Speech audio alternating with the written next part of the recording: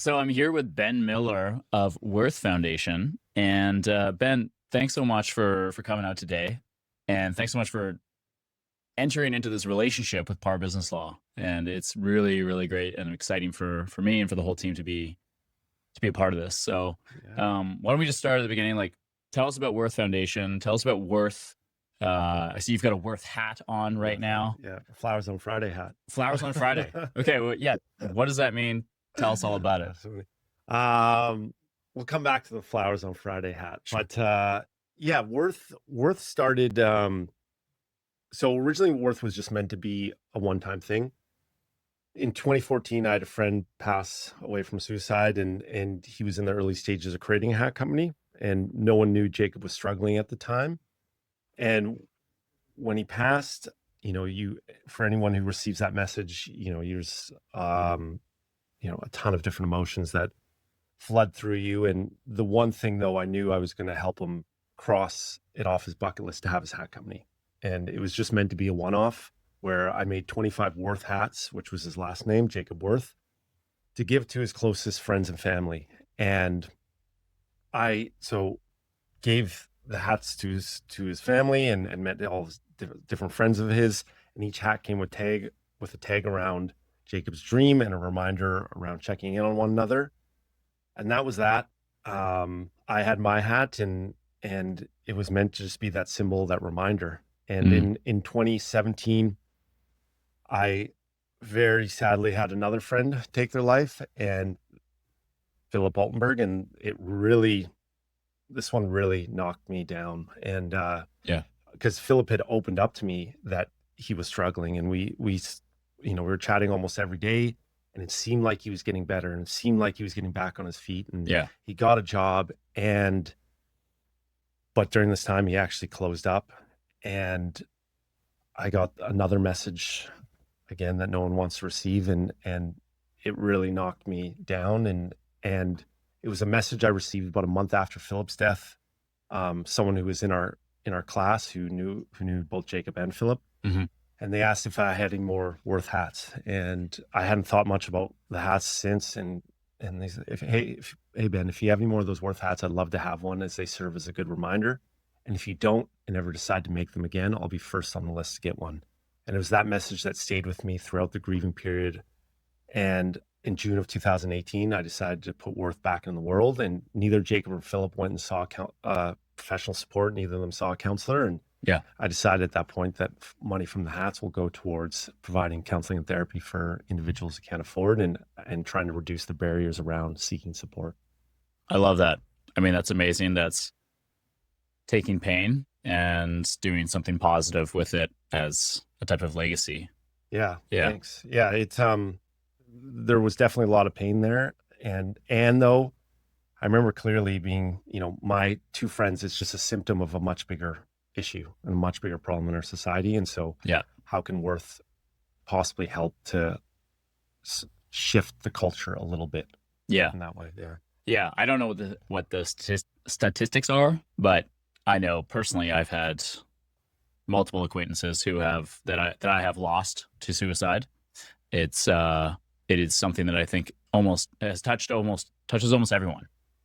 I mean, for anybody who's watching this video right now, chances I would say are pretty high that somebody that's either close in proximity to them or further removed, that they've lost that person. Yeah, I'd say it's pretty rare for almost anyone to be more than once removed from someone who's been significantly impacted from mental health. And of course the reality is just, when we lose somebody, no matter how we lose them, there's a ripple effect. Yeah, for sure. And I think the effect around suicide is even greater. Yeah. Because it's so devastating, it's so hard to understand. Yeah. It's confusing. Yeah. Yeah, I think all death can have a ripple effect, but suicide, I feel, can have a much bigger one. In many ways, and it impacts everyone around them for a long time. Yeah.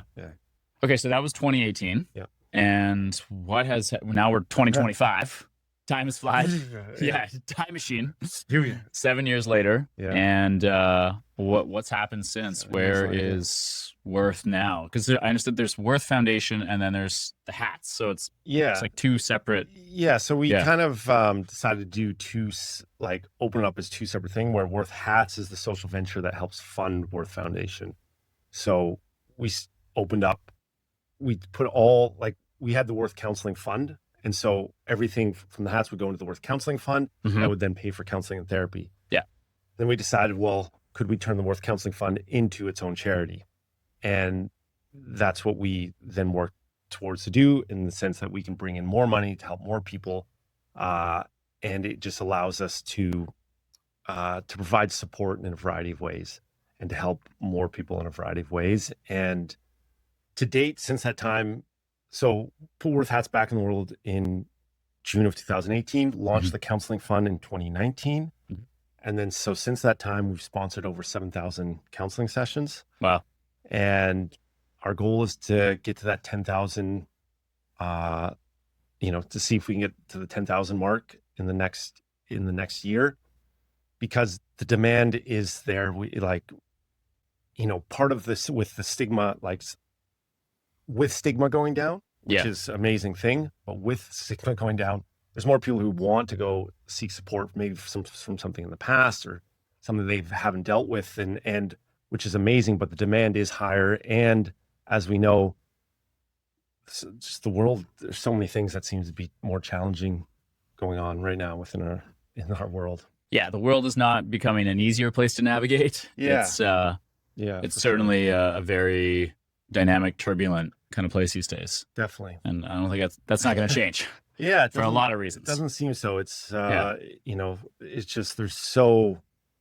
just life doesn't seem to be getting simpler, and usually I find the more complex it is there's probably a negative correlation with our mental health. The more complexity and uncertainty and there is, it's just our brain can only process and handle so much. Well, yeah, I mean, we hear all the time about how we have caveman biology. Yeah. We literally have the biology that we've inherited from our ancestors, 65,000 or 100,000 years or whatever.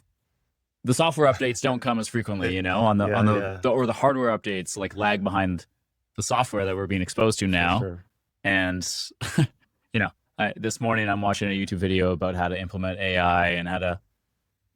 It's very exciting, and it's completely overwhelming. It's and it does not stop. It doesn't. Am I falling behind? Am I doing this? What do I do? How do I stay ahead? Yeah, totally. Am I going to lose my job tomorrow? Yeah, exactly. Yeah, right? Yeah. And it seeps into every facet of life. It's not oh, well, at least relationships are unchanged. It's no, actually relationships are completely different now too. Yeah. I saw this amazing graph on Instagram yesterday that was about how dating has changed, and then of course it used to be 50% of people would meet at bars or universities or through friends. And then this graph kind of the years tick over, and then it gets to 2025 and it's of course all online, right? Yeah. So every facet of life we have to navigate in a different way now. And over such a small, to your point, over such a very short period of time, which again, we're operating with old hardware and we're just trying to catch up, and it's so much for our systems to handle. Yeah. Well, let's talk about therapy for a second. I mean, obviously the benefits of therapy are so vast and so varied. And, I'll share a little bit about my experience. I'm 42 years old. I've been in and out of therapy, I think since I was 24, something like that. My early 20s. In my 20s, I struggled a lot with mental health issues. And fortunately, I was able to access some resources. I was a university student at the time. So there was some programs there that made available low cost or no cost counseling services. And I used them as much as I could, and then, when I got, and that helped me navigate the stresses of being a student and taking on loans and, all the things that happened then. Right. And, but even now, therapy has just been such an incredible adjunct in my life. Even though I don't struggle on a day-to-day basis with like severe depression, Mhm. whereas I did. Mhm. I very much did when I was in my 20s and 30s. You know, I was kind of crippling and like definitely inhibited my ability to participate in life Mhm. in the way that I wanted to. But now it's like this incredible growth tool as well Mhm. to be like, well, there are some things that I want to actualize in my life, whether it's on a relational level or inside of business, in my career, or even just my spiritual life. Mhm. And I've, you know, by working with the right therapist, I've found that I've been able to find a bit of a guide and an Yeah. ally Mhm. on that journey. So I can't really say enough good things about therapy. Yeah. And it's when I think about the time investment, I just, you know, what else can you get for 50 minutes of your time, Yeah. you know, to totally change things. And it's and to step out from the technological chaos for a minute too, Mhm. and just be with another human, you know. So Yeah. yeah. You know, it's just imagine too, if we lived our life without ever going to the doctor, the physio, the RMT, the chiro, you know, all these different things. Imagine if you Yeah. like, which people are like, what? Of course you couldn't live a life like that. Yet we lived, for the majority of us, lived a life of not seeing someone about our heads and our minds and our, you know, as far as like counseling and therapy, and that's that side of support. And hopefully that's changing. And because I know for myself, I went through a challenging time through my 20s, Mm-hmm. so alone in that, like Mm-hmm. so alone and unneeded, like so unneeded. Like, you know, and we lived in the time that we did where it was a part of the culture that we were in at that time, but so much like unnecessary pain in a way of like just feeling alone in something that you just feel the weight of the world because you're just in your little world, but it just feels like there's so much weight. And I know for Yeah. myself, if I was able to talk to someone and during that time and feel normal for some of the things I was going through, it would have had a significant impact on my life in that at that time. And but it wasn't even like a thought back Yeah. then. It wasn't even like this an option. It seemed really like, or again, there's also too, even if it was, which I think is the biggest battle is like, oh, I don't want, no one can find out about this. You know, it's like Yeah. your friends and that you're like, which is again, also crazy. Yeah. And so that's with Wirth been trying to, you know, we've talked about what are the barriers around seeking support. And it's like, yes, financially, that is a barrier and want to help solve that. But it was like before even that, you know, it's around just the stigma and being open around it. And that's an issue we've tried to solve and or help solve. And there's been a big shift here in the last 5 years, which has been amazing to see. And it's like even, you know, even personally, I try and do my part where it's like, you know, it used to be like if you're going to say a physio or going for lunch, you'd say, "Oh, I have a physio appointment. I have a lunch appointment." Yeah. It's the same. But if you went to therapy, you would like lie or Yeah. I have an appointment. Yeah, I have an appointment. But I've had amazing conversations by just being open about that. Oh, actually, I can't later. I've a counseling appointment at 3. Oh, really? Oh, you've gone to see a counselor? Oh, I've thought about that. Like it leaves Yeah. space. I'd say I'll just share this very quick story because it was one of the most Yeah, impactful please. things that for the first counselor I ever went to, even when Jacob passed, I never went and saw like again, it was like a buildup. I didn't like there was like a buildup of things that I hadn't really looked at. And it was in 20 when I moved back from back to Vancouver in 2016, my friend Aaron he said that he's like, Ben, actually I went into his gym and he's like, Ben, I actually have to head out, I'm going to see a counselor. And I was like, Mm. oh wow, like and he created the space for me to ask a question. And he said the exact same thing. He's like, Ben, I'm open about a lot of things in my life, or I'm open about pretty much everything in my life, but counseling is something I've never been open about it. So I decided to just, I'm going to share it. Yeah. Aaron gave me a huge gift that day. I love that. And not at that time, he maybe really realized it. The day after, I messaged Aaron being like, hey, do you think the counselor you see could be beneficial could work for me? Yeah. And in my head, I'm like, I've always looked up to Aaron, and Aaron's like I'm like, oh, if Aaron sees a counselor, then then it'd be fine for me to see a counselor, and that shows there's still that stigma there, that like Yeah. weird beliefs that were attached to that. But then I went and saw Aaron's counselor, and that was like the start of my like counseling journey and looking at certain things. And there's always, we can talk about the right fit and finding the right person. Mm-hmm. There's always that journey as well, but it made such a difference. And Aaron, I've always tried to pay that gift forward. Yeah. Ever since Aaron did that to me, I pay it forward. Well, I mean, I love that. And like, talking about finding the right fit too, because I think that is a significant barrier for a lot of people is, finding something that they really connect with.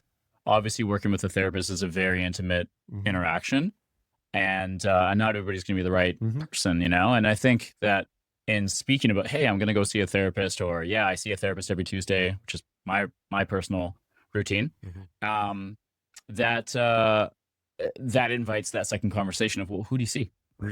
And do you think they'd be a good fit? And could you refer? Because let's face it, like it's a high trust relationship, and so that connection is far easier to establish through a referral than it is a Google search. Totally. And there are some good solutions out there on Google, of course, too. Yep. There's BetterHelp. There's online platforms that are addressing this, and that's awesome. But just creating a culture where people are not only just saying like, yeah, go see therapy. It's like, or go see a therapist. Like we're actually talking about our process a little bit, and like, hey, like I'm connecting with my inner child. I'm doing some healing around this and that, and you can kind of start to normalize these conversations around healing and integrating all of these different parts of ourselves so that we can be better humans, and ultimately like love each other better, right? Sure. Yeah, it's like my goal, like personally too, and with Wirth, is like, and the belief of putting Wirth back in the world. It's like, how do we start and help? How does Wirth have even a small part in contributing, changing that, shifting that culture, where mental health conversations are conversations of how we're doing, just become a regular part of our interaction with each other. Like it's like to say, oh, I'm having a tough week, shouldn't be this thing that's so challenging to say. It's like, to be human is to have all the joys and the laughter and all the great things, and it's to have the hardship and challenges and despair, whatever it may be. Like that's all of it's to be human. Yet for so long we've like we only talk about the better, the nice half, and it's like, no, let's just be open about the full human experience and everything. And I think the biggest two gift, and going back to what Aaron said, but it goes on to other things. If you're willing to go first as someone, if you're willing to be open and share something, you then time and time again, you create the space for someone else then to share something that they may want to share. Yeah. Maybe not in that moment, but if Steve shares something with me, I automatically like, oh, Steve is actually someone that I could maybe share something with.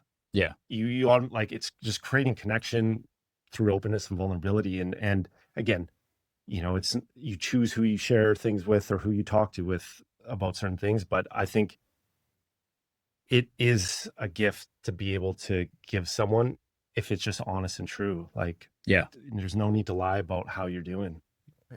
Yeah. It's the shame, it's the containment, it's all the narratives that we have around wanting to hide and shunt away all of the negative feelings that we might be having, or the challenging situations that we're trying to navigate.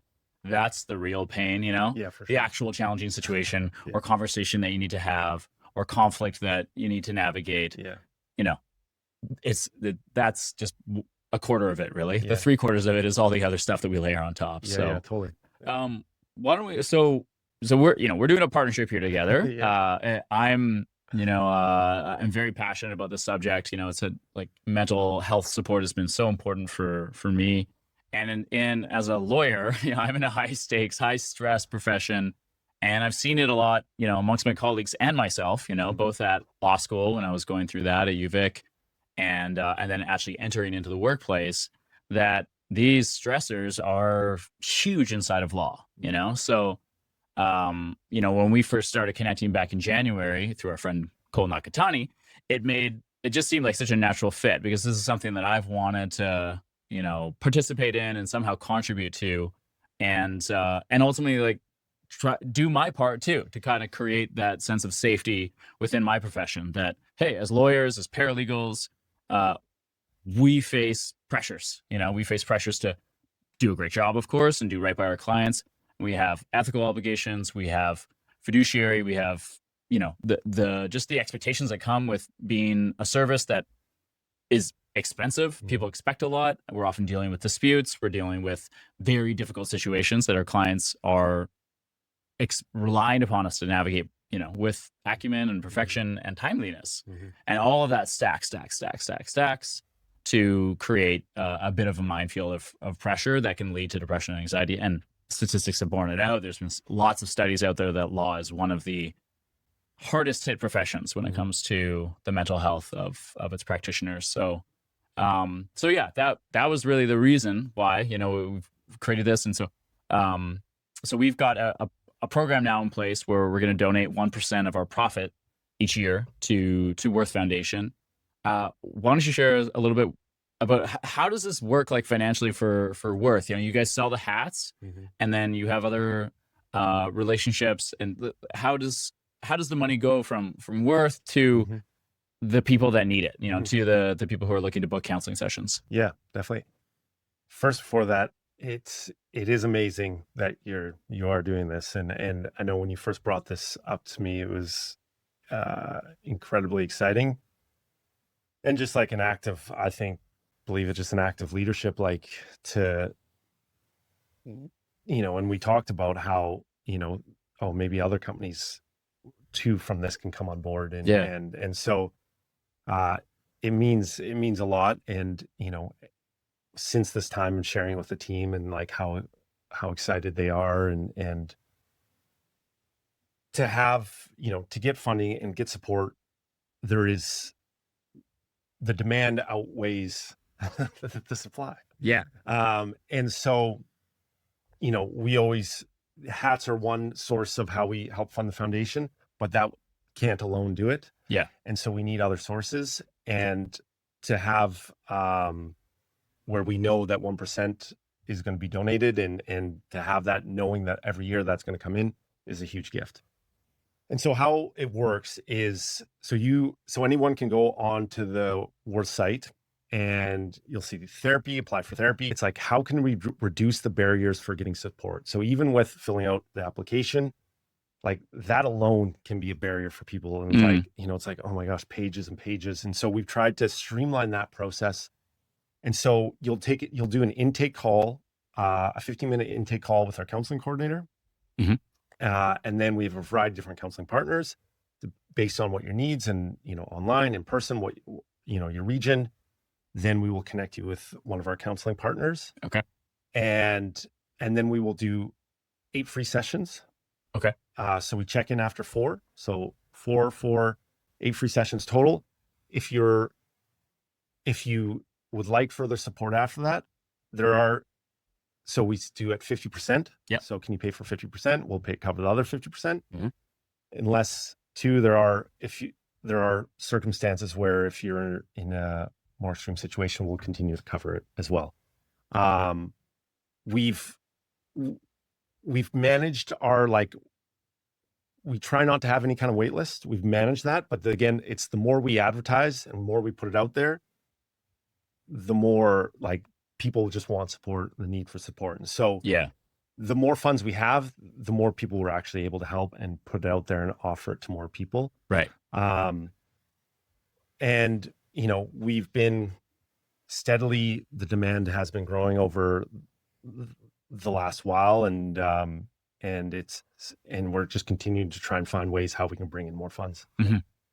And so if you're a therapist out there, are you able to, like, volunteer your services to Wirth, or is that a thing? Yeah. So one thing we changed, which was great, we added on, so if you're a therapist and you have a client that can no longer afford or to pay, then they can go through us. So again, it goes back to that finding, like, that fit, versus, say, someone, if you've already seen a counselor, it's a good fit, you've built that relationship, but maybe you've lost your job, maybe you've run out of benefits, you can then apply through the Wirth Fund to get that counseling, and then we'll pay your counselor directly. Yeah. So before to where we have a variety of, instead of using one of our counseling partners. Okay. Which is a big shift and something I'm really happy for because of that. It goes back to that fit piece. Like, well, that continuity piece. Yeah, yes, yeah, absolutely. Exactly. Yeah. Yeah. I think that's really smart. I love that. Yeah. It creates a little more logistical things on our, Yeah. like taking in, it's not this large organization. So, Yeah. it's a lot of what drives Wirth is a lot of passion and love. And so, but this is worth it.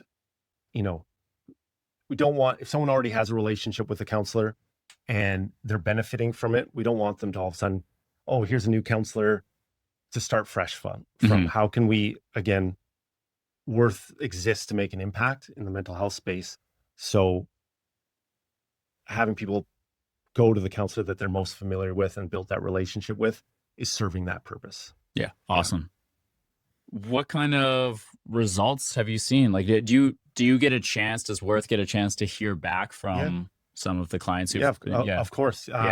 It's actually really interesting. So if you go on the Wirth site, you'll see we have a variety of like videos now from people who've gone through who've received counseling through Wirth. So you can watch their videos and share their stories. But what was interesting is like even 4 years ago, you would never get someone willing to do a video talking about their counseling journey. Sure. So we would get like testimonials, like they'll send us messages. Oh, thanks so much. And that was great. And that was incredibly impactful. And then even as these, like historically, when we've, probably up until maybe 2022 or 2023, people who would send us messages and we would ask them like, oh, would you be open to doing, filming a short video? And like, nope. And then it just started to shift. Yeah. People were more open to it. And you can see on our site, we have, I think there's 9 videos up there. We filmed a few more a month ago. And it's people who've received support and who are just willing to talk about it and share, which is incredible because you would never see that. Yeah. Like, especially 10 years ago, but even it's like 5-6 years ago. I love that. Yeah. And that is a powerful shift that I think really is occurring right now in our society. Vulnerability is becoming, cherished and celebrated. Yeah. It's, and almost like table stakes for a lot of people to even, to start entering into relationships. It's like, well, if you don't have the capacity, then how do we connect? Yeah, exactly. That's what, it's like vulnerability just leads to connection. Yeah. Again, it's not like being just always like open to anyone and vulnerable. Of course, like, it's like, you choose, but it's all it does is lead to more connection and better conversations. And there's, honestly, I like just moving away from some of the surface level things, Yeah. You and I've we went for that great walk and it was just an amazing conversation. Yeah. Awesome. Well, Flowers on Friday. Let's go back to the start. Flowers on Friday. What is Flowers on Friday? So we just have, some of our hats have different names, and this was the Flowers on Friday hat. And so Natalie and Jamie on our team designed it. And for Natalie, she's a mom. And when after she had, her first daughter was going through just a really hard postpartum time. Yeah. And so she would always buy herself flowers on Fridays.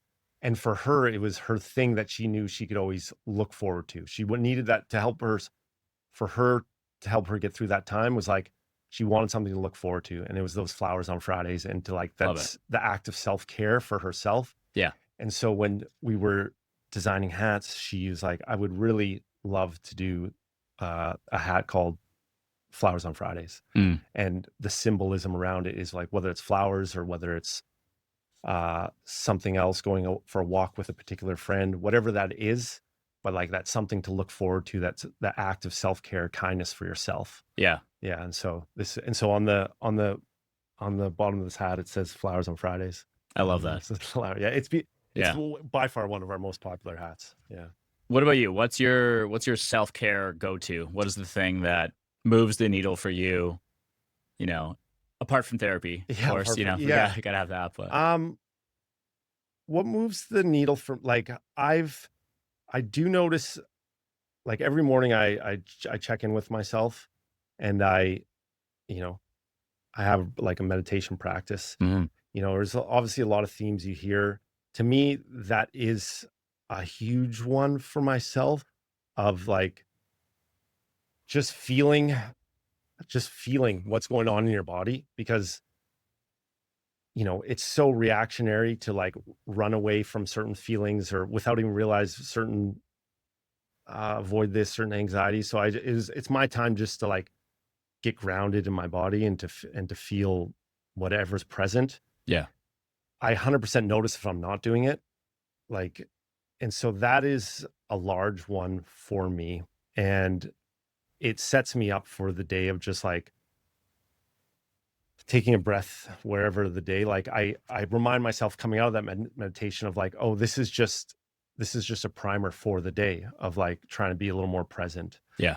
Um, and there's always, and then, certain friends and connection. Like there's a variety of lists that are of things that are incredibly important, but from a Yeah. day-to-day standpoint, that is a very big one for me. Meditation. Yeah, Yeah. meditation and just like feeling what's going on Yeah. in me. Yeah. I love that. Yeah. Yeah. Yeah, similar. I have a bit of a practice as well. I fall on and off of it, Yeah, of yeah, course, as I'm yeah. sure you can relate.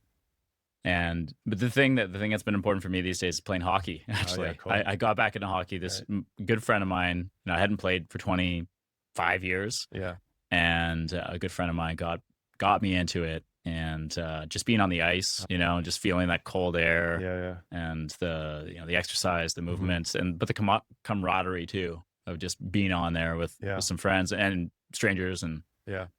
I don't know. What- There's something about it. There's something Yeah, about it. It's just very, man. really, really fun. And just to play a game, like so much of my fitness routine has just been going to the gym and moving weights, and It's like, it's all yeah. very functional and great, but Yeah, it's it's, interesting sometimes yeah. how you can stack some of these things up of like social connection and Yeah. game and exercise. Like Yeah. one of the things that brings me the most joy is playing basketball with my friend Derek in the summer, and we Nice. just play one-on-one. And I love basketball, but yet we're talking, we're connecting, yet we're working. Like it's just we're playing game. Like I think that's like, and I think it's still like again, not that every life is meant to be figured out in ways, but it's like Hmm. it's like you can stack some of these meaningful things together Yeah. and there's a reason why they bring joy and you're like, oh wow, I'm laughing a lot. You're like, okay, that's probably a really good thing. And then Totally. like, oh, I'm like, my heart rate's up, like that's probably a good thing. Yeah. And Yeah. It's about yeah, as close to optimal and as you can game get. like play. I actually had a conversation Yeah. with my just one of my best friends has some young kids, and it's just like I was at their place and their other friends came over or but they didn't, it was like two kids that hadn't met much, but they all of a sudden just started playing.